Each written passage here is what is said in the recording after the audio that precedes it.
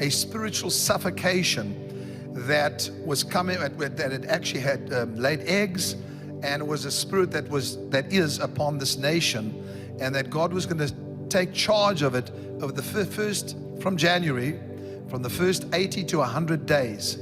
Now, I didn't know what that meant, and I still don't know what that means, but I'll tell you this much. The first 80 to 100 days, which means starting now in January, whatever time that is, this spirit will be destroyed. But I really felt burdened because I knew that it wouldn't just go easily. Now, where's that picture? Did we Facebook the picture of that Abby sent us? Abby Black, was it?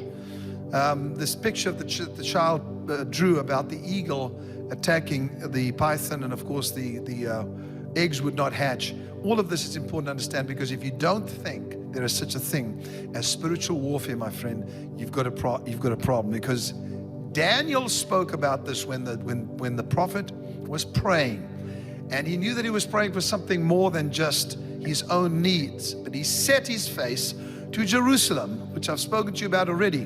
When you pray, when you walk with God, whatever, you set your face not to your problem. He didn't set his face to Babylon. He set his face to Jerusalem. Now, he was in Babylon in captivity. Even though he was reigning in captivity. You may not understand this, but you can actually reign while in captivity. You can rule while you are in captivity. You can prosper while you are in captivity. What are you talking about, Kim? Well, I don't know if you followed what I was saying the past few weeks, but Joseph, he prospered even though he was in Potiphar's home as a slave. He became the ruler of his household. That was a massive thing. And then he went to prison, and in prison, Joseph prospered. So really, a lot of people that say, well, I will wait, I'm going to wait till I get my breakthrough, and then I'm going to give, and I'm going to do all these great things. You're wrong, because it's not how it works. This takes place right at the beginning of your life, where you begin to practice the gift of God, like Joseph practiced his gift while he was in prison. He didn't say, when I stand before the king, then I will show my gift. He practiced it. So Daniel, while in captivity, set his face towards Jerusalem and began to pray, and he fasted and prayed. And what he was doing was he was releasing something in the heavens. What you don't understand, and what I understand now, a lot of people don't understand, but I do, when I go into my garden, even if I feel nothing, even if I'm in pain or I'm concerned about something, I know that every time I open my mouth and pray, that something is taking place in the heavens, which will eventually release it on the earth. I may not see it. I may be praying in that garden in Los Angeles, California, and somewhere in Greece, God is doing something. I may be praying in California and releasing something in the heavens that gets released in Russia or in Syria or in Israel. I may never know about it. Daniel didn't know the extent and the consequence of his spiritual prayer life until the angel came there and said, for 21 days I have been battling the demon, the prince of Persia. Now you've got to listen to this, because even though we are under new covenant, we think, well, Jesus took care of all that. Yes, he did for you. But he still says fight the good fight of faith. He speaks about spiritual warfare, that the weapons of our warfare are not carnal, but mighty through God to the pulling down of strongholds. Something that is in the heavenlies, something that is over this nation right now, has to be pulled down, and it cannot be pulled down by Joe Biden. It cannot be pulled down by the President of the United States. It cannot be pulled down by politicians. It can only be pulled down by the spiritual leaders that have set their heart towards the kingdom, not towards failure, but towards the kingdom, and said, now we will pray, and whatever spiritual stronghold is over our nation, it will come to an end. I am one of those voices, just one. Whatever you bind on earth will be bound in heaven, Jesus said. Whatever you loose on earth will be. Give me that big key that's in my office. You have a key. I was going to tell you the names of God, but I'm not going to. I'm going to get straight into the spirit of Python and the spirit that has joined forces in order to try and bring this about. And it's happening, and it's taking place right now. Daniel did not know that when he was praying and while he was fasting, that there was a fight going on in the heavenlies. And this is what the angel said to him. He said, Daniel, I have come from a battle for 21 days. That Daniel fasted and prayed for 21 days. And he said, I have come because of your words. In other words, your prayers released me from that warfare. Now I have to return, because the spirit of Greece has come to join the spirit of Persia in order to bring about a victory. Daniel, keep praying. Daniel, keep getting revelation, because out of that revelation will come a revolution. Out of your revelation will come a revolution. That's what we need in this nation. We need a divine revolution. We need a turnaround. We need young people to understand that God is exciting, that His kingdom rules and reigns, and there's not failure. There's no room for failure. Everybody say, there's no room for failure. So what am I saying? I'm saying that while you're in captivity, you can give it to me, thanks. Thank you. While you're in captivity,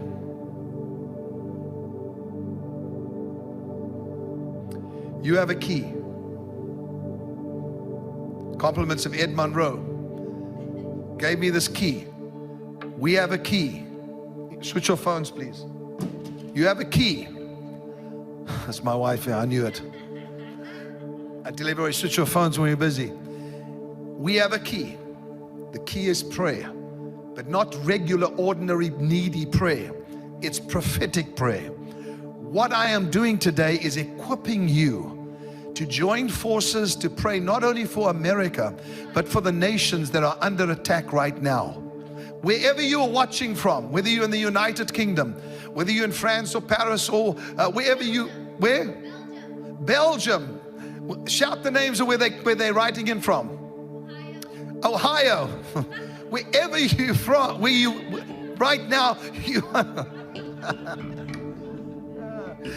you are being equipped with prophetic insight as to how to pray to bring victory to our nation. Okay, I just want victory in my house. Well, Daniel got victory in his house when he was praying. When the angel came, he affected Daniel as well. In other words, Daniel's prayers were bringing about revelation. That revelation was bringing about a revolution, a change.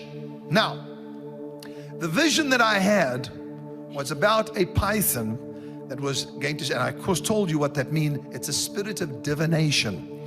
And that spirit of divination charms. Everybody say charms. Now, I mean, that's with my accent. It's charm. It charms. That's what it does. It is charming. It is enticing. Now, what I saw this morning when I was in prayer, besides anything else, that God was going to bring about a victory, a massive victory in this nation. But there were going to be some humbling moments in the White House and humbling moments for this president. This is not that I'm against him. I'm just telling you some humbling needs to start to take place.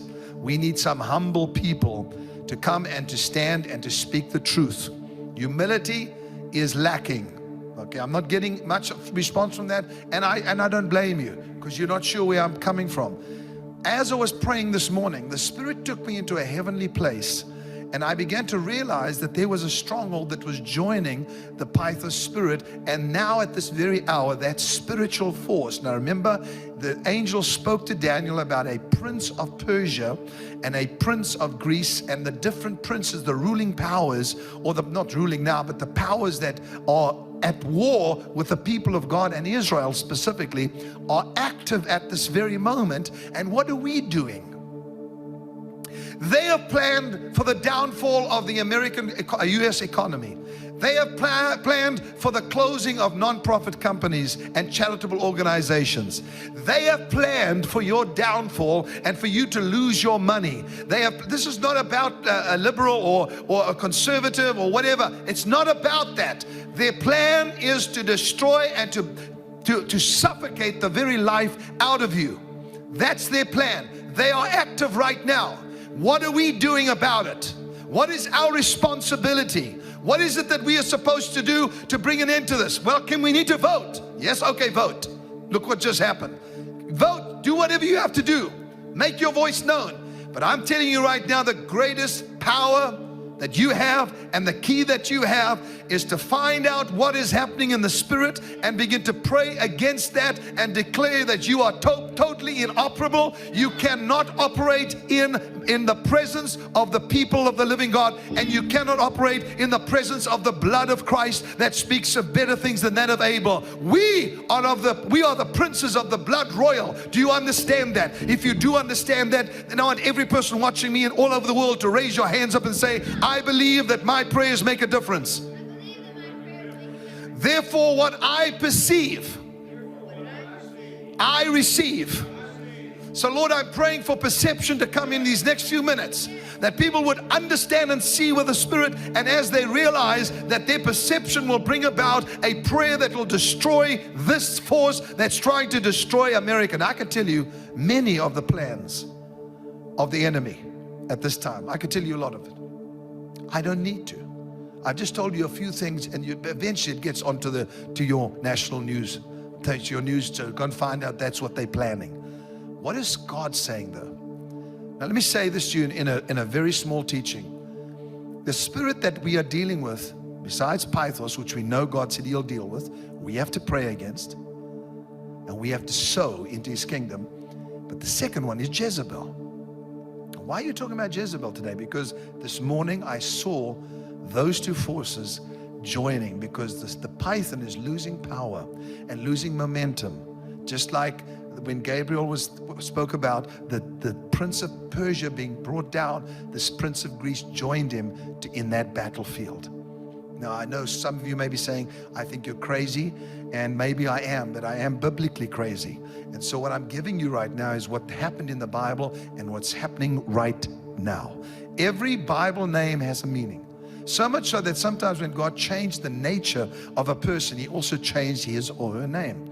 Now Sunil will tell you and show you in code breakers, not today, that how it was. I heard the plans of demonic powers when I was in Detroit, Michigan, and prophesied when they said, we will change the name of America and we will change the name of Israel. Now some of you are perhaps sitting there saying, this is absolutely stupid. It's happened in the past, it can happen again. Don't be so sure of yourself.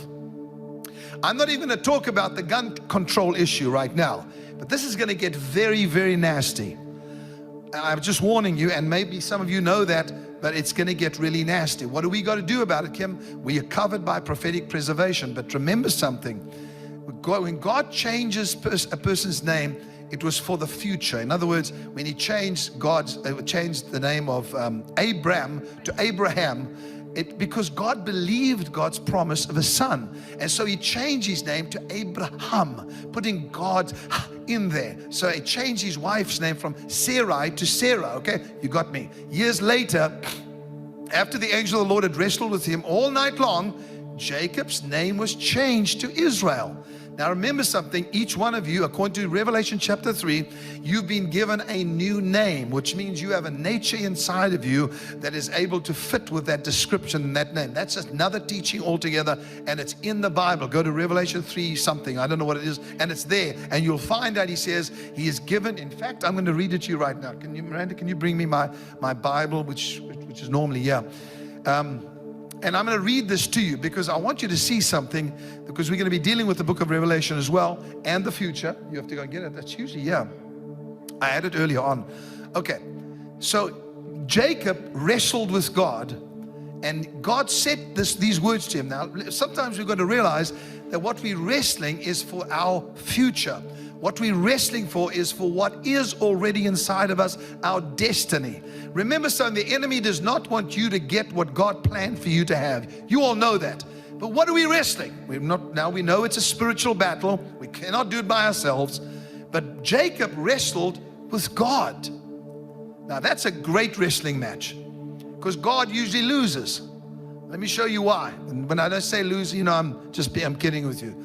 So when Jacob wrestled with God, he was saying, as he crossed over the ford of Jabbok, when he crossed over that ford, the Bible says that he went by himself, and a man wrestled with him all night long.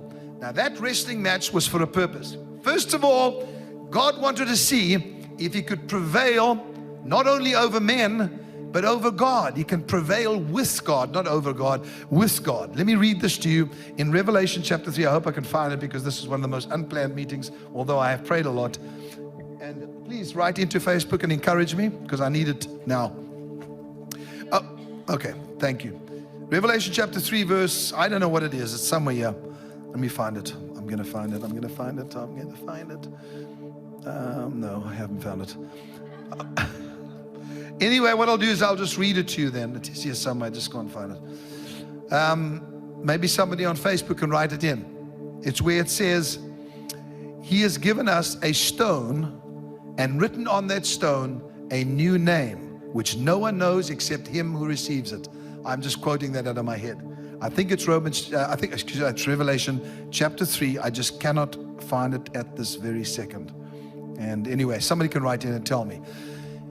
It was unplanned. So the scripture says in Revelation, that's the revelation of Jesus Christ, it says, we have been given a white stone, and written on that stone a new name which no one knows except him who receives it. 2:17. Thank you so much. Everybody go there. Everybody go. Revelation chapter 2 verse 17. Let's read it. I'm going to read it to you because it's a very exciting one. He who has an ear, let him hear what the Spirit says to the churches. That's to you. To him who overcomes, I will give some of the hidden manna to eat. Beautiful thought here. If you overcome, everybody stop. You say, some of you are thinking to yourselves, well, I didn't overcome yesterday. Did you overcome today? Did you overcome anything today? If you overcame just one thing, you're an overcomer. But Kim, I'm struggling with other things. If you can overcome one thing at a time, you're an overcomer. If you have nothing that you're overcoming, then you're a loser. But surely you can understand that we cannot overcome everything at the same time. But when something comes against you and you're able to overcome it, you are an overcomer. Beautiful. Good going, Kim. He who overcomes, I will give some of the hidden manna to eat. That which is hidden inside of you will come forth. Just like Hannah, the experience she had, we gave some of the hidden Hannah. No. Anyway, so the hidden manna, when she had it in her spirit, I spoke it out. She had to step out by faith. Hannah could have said at that time, no, I'm not doing it. I've had people say that to me, but she didn't. She stepped out and began to do it by faith. And the result was, look what you have today.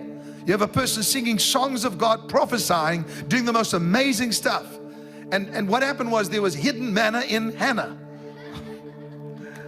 Hidden manna in Hannah. There's hidden manna inside of you, and the way that it comes forth is when you overcome. Let me give you an example. God says to you, I'd like you to take 30 minutes of your time, and I want you to go and pray. You say, I'm sorry, I cannot do it, and you don't overcome. I'm trying to tell you, it's in those areas that we need to overcome more than these silly little things that seem to hold us down and we worry about every single day. We've got to worry about the big stuff that we have to overcome, that comes against us.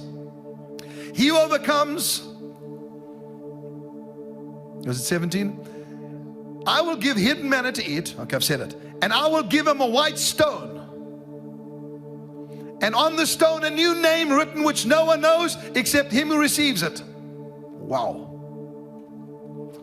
What is it saying? It says each one of you has something hidden that has to come out. The white stone speaks of revelation. When Jesus said, who do men say that I am, to his disciples, some said you are Jeremiah, some said you are Elijah, some said you are John the Baptist, some say, there's too many people quoting somebody else. What do you say? Jesus says to them, who do you say that I am? I'm sick of hearing what CBN is saying, or CNN is saying, whoever. I didn't mean CBN, sorry Pat, sorry. Not doing very well today.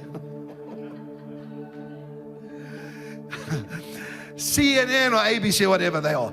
I don't want to hear what they're saying. What do you say? Listen carefully, please. Nobody says a word. Simon Peter plucks up the courage because something's hidden inside of him. and he's going to overcome fear.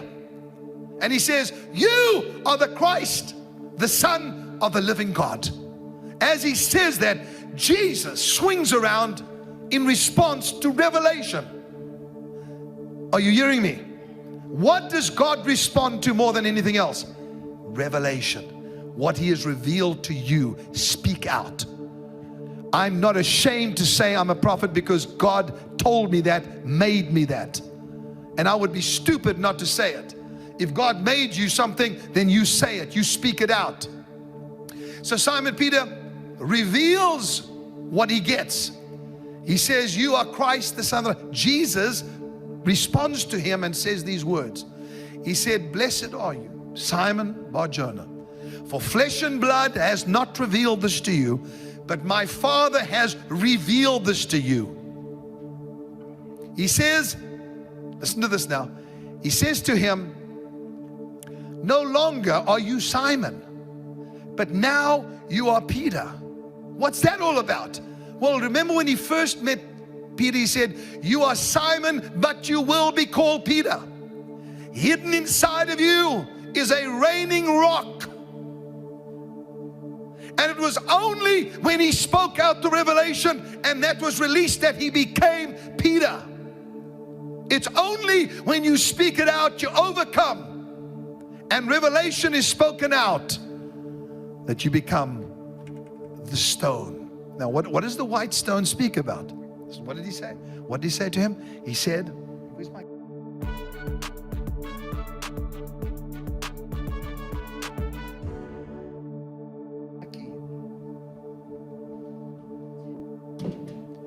Based on your revelation, I give you the keys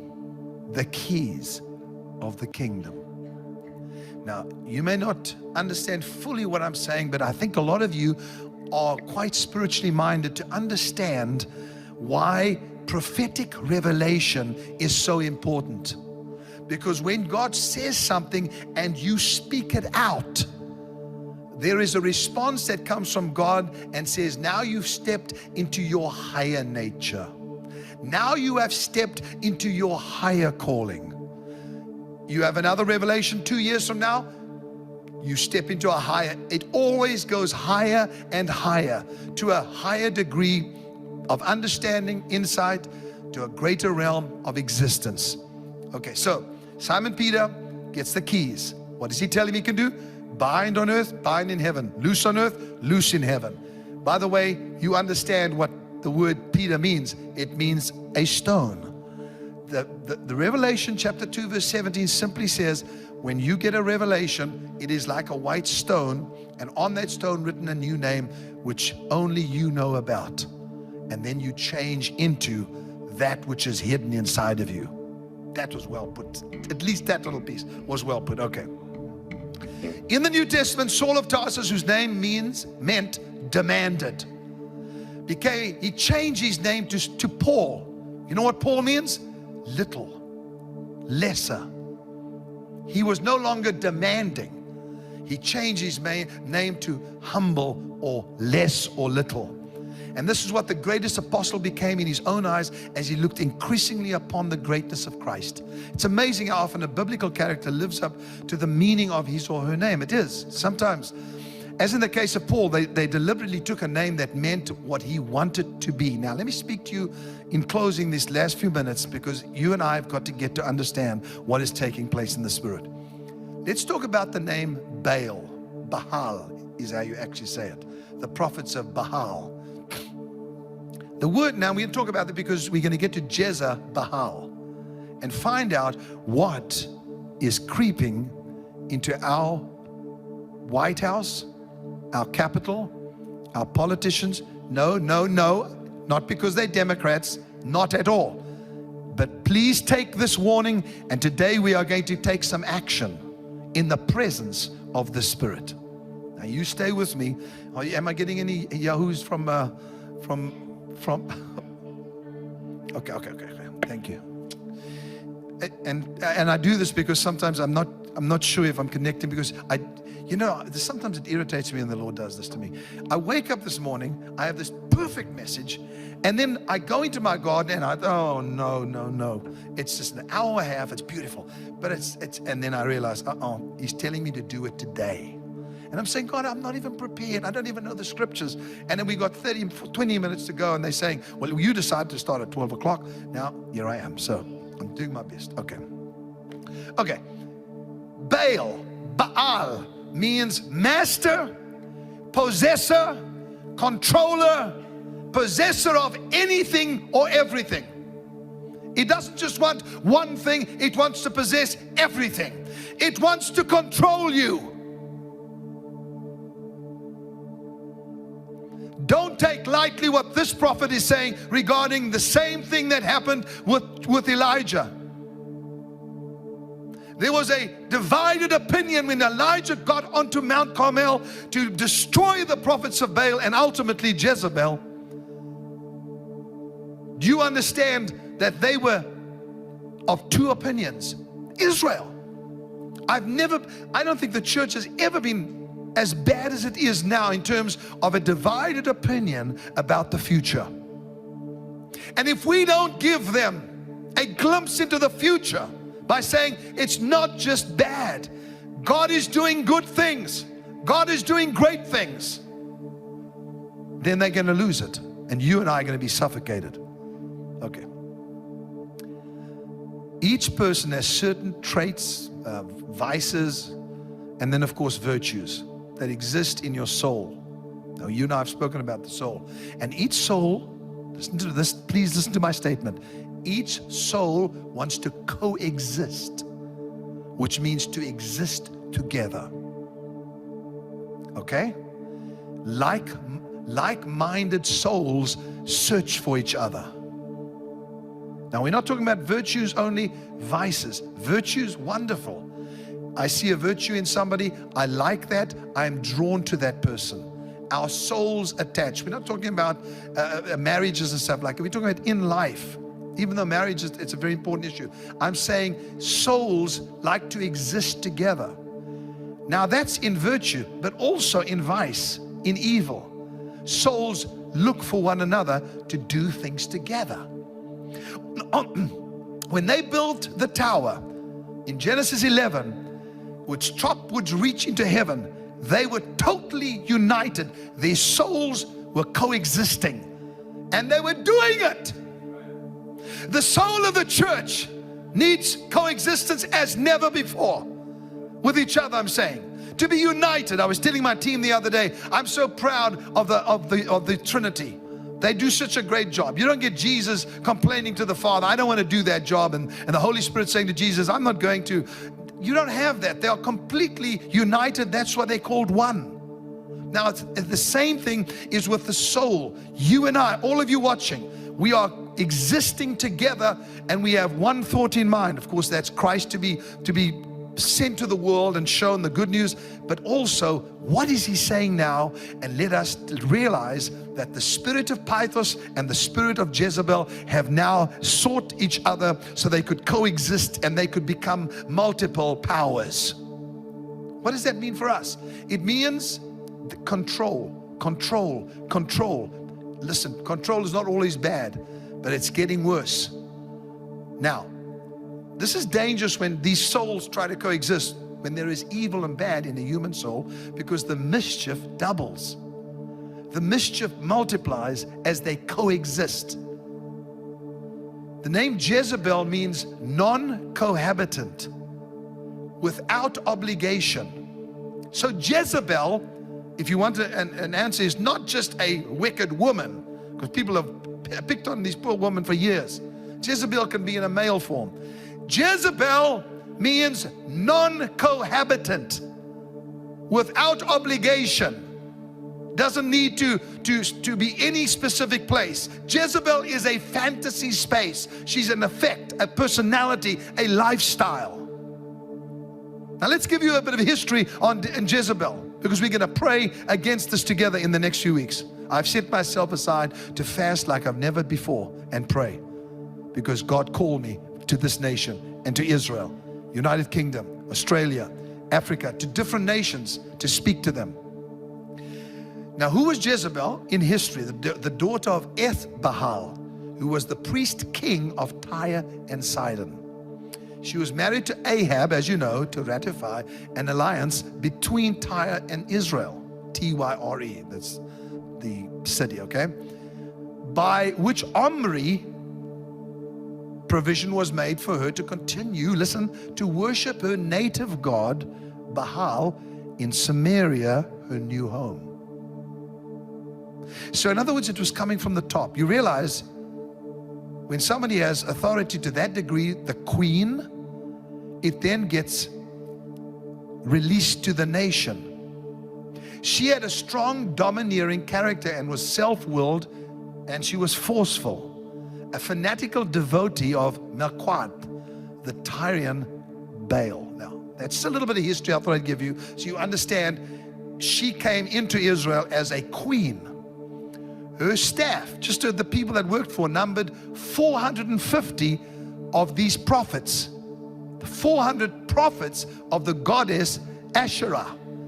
By the time Ahab was king, so she had 450 of the prophets. 400 of the prophets were false prophets that she'd surrounded herself with. And what she clamored for more than anything was for her God to have at least equal rights with Yahweh, God of Israel. I know I'm speaking out of revelation. I know that I'm speaking from my heart. And I know it's a lot that I'm pouring out to you. But I want you to hear me because God told me to do this. That she wanted her God, Baal, to have equal rights in Israel with Yahweh, God of Israel. Now I want to tell you who the God of America is. It's Jesus Christ. And I'm not saying the Lord God, or I'm not saying Yahweh or Shalom. I'm saying His name. Jesus Christ. People came to this nation for that purpose. This nation was brought to being for one reason: to announce to the world that there is only one God, and that is Jesus Christ.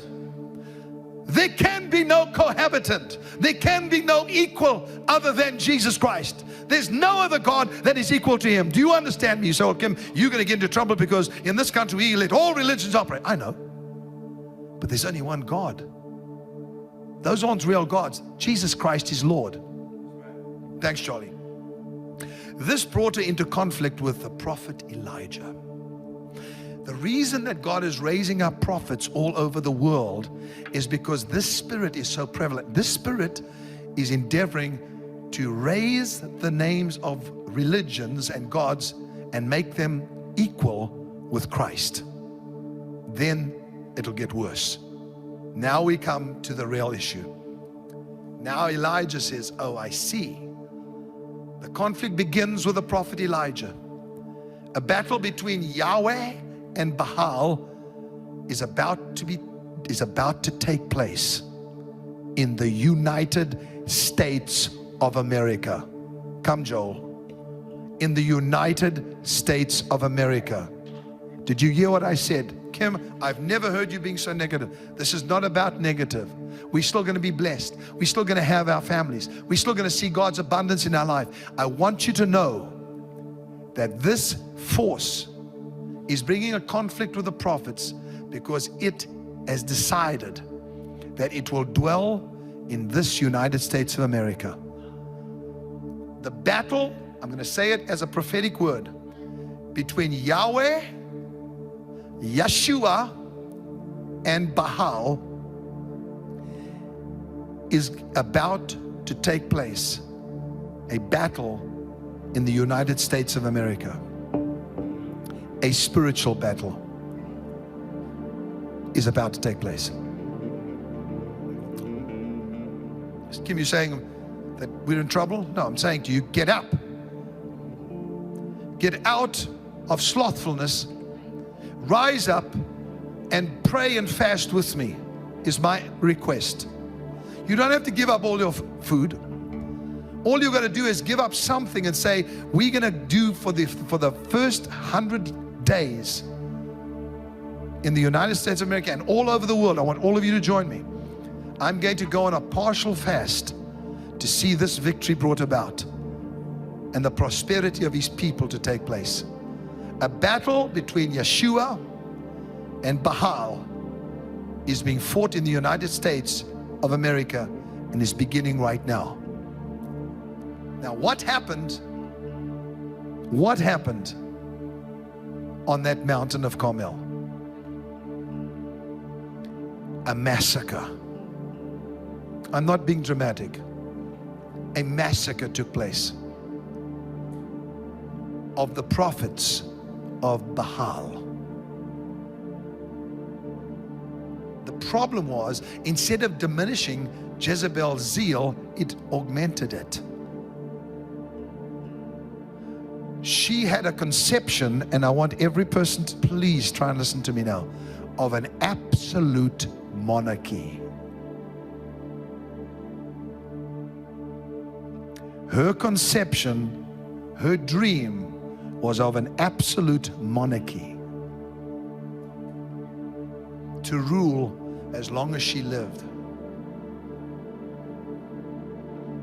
That spirit is on our nation and will spread if we, the prophets, don't do something about it. I'm not exaggerating. This is a heavy den, but I need to use this to address it. Are you speaking about the president? Are you speaking about the vice? I'm not speaking about it. I'm talking about a spirit. You work it out yourself. But this force has come to join hands. And I'll tell you the one thing that Elijah did that I love. He mocked their gods. He said, do what you have to do to bring fire from heaven, because here is a sacrifice in front of you, in your presence. I'm going to offer the greatest offering that Israel has ever given on this Mount of Carmel. I'm going to do it in the presence of Baal. And they began to dance around and scream, and hour after hour, they cut themselves, they bled, they urinated, they did all kinds of stuff. That's what the Baals did. They were so full of filth. As they did it, Elijah stood up and said, where is your God? Has he gone to the toilet? Has he gone to refresh himself? And began to mock the God of Baal, the Baals. Now listen to me, please. This is great stuff. Go to a major key so we can, and go to the key of D major if you can. Listen to this, people. I'm finished with Jezebel now. I just wanted to tell you that. But I do want to tell you this. What is going to bring about victory in the United States of America, Canada, United Kingdom, France, countries all over the world that God has pinpointed me to pray for. Even though oppressed nations, Russia, God has told me there's certain things he wants to do, and he is plucking out people from all of these nations, and they're going to have this unbelievable soul connection like we have right now, and going to break the power of this force as Elijah did on Mount Carmel. Thank God I'm finished with that, because I had to share it. It's off my heart now. Now let's do what they did. Every person watching me at this very moment, I want you to stop just for a second. I want you to think just for 1 minute about what took place, and then we're going to play, and we're going to get you into a place of hearing from God. Elijah stood and mocked them, and then he said, get out of my way, and built an altar. Now you've heard me talk about this before, but we are going to act today. What was the purpose of it? He said, bring me water, pour it on the wood, because I'm going to prove God so much to you that I'm going to take that which you don't have, pour it on the wood so it's impossible for it to burn. And then the fire and the water together, okay, the fire and the water together are going to bring about rain and the destruction of the Baal prophets, and bring Israel into one opinion. He stood before Israel and said, why do you have two opinions? Your soul is divided. Let us offer the offering to God, and in the presence of the Baal, let us offer this offering, and when the fire comes and consumes the offering, the first thing that's going to happen is the destruction of the prophets of Baal, and then the rain from heaven. Are you wanting that for your nation, for your people, for your family, for your business? Yes, you do. Then we're going to do it now. Father, we sense very strongly that this prophetic revelation has taken us to a place where we know we have no choice but to act. We're not going to do anything now. We're going to first do what Elijah did in the presence of these enemies, in the presence of Baal, in the presence of Jezebel. We are going to offer an offering to you, Lord, and we pray that as we put it on this altar, that you would consume our offering and then bring to destruction, begin today, of this spirit that has endeavored to join the spirit of Pythos, to suffocate us, to take habitation of us, to take control over us. And Lord, I pray, cast it out from even the top in the land, throughout this nation and throughout the earth, I pray. Now every person, listen to me. I want you to pray a prayer and say this, and then I want you to act. I want to give to you, Lord, knowing that this offering is done in the presence of prophetic revelation and in the presence of the spirit of Jezebel. And as I do it, I'm praying that you would bring this force down and that you would touch our nation, but especially our families, and that Yeshua would be raised up and control, suffocation will be brought down to nothing.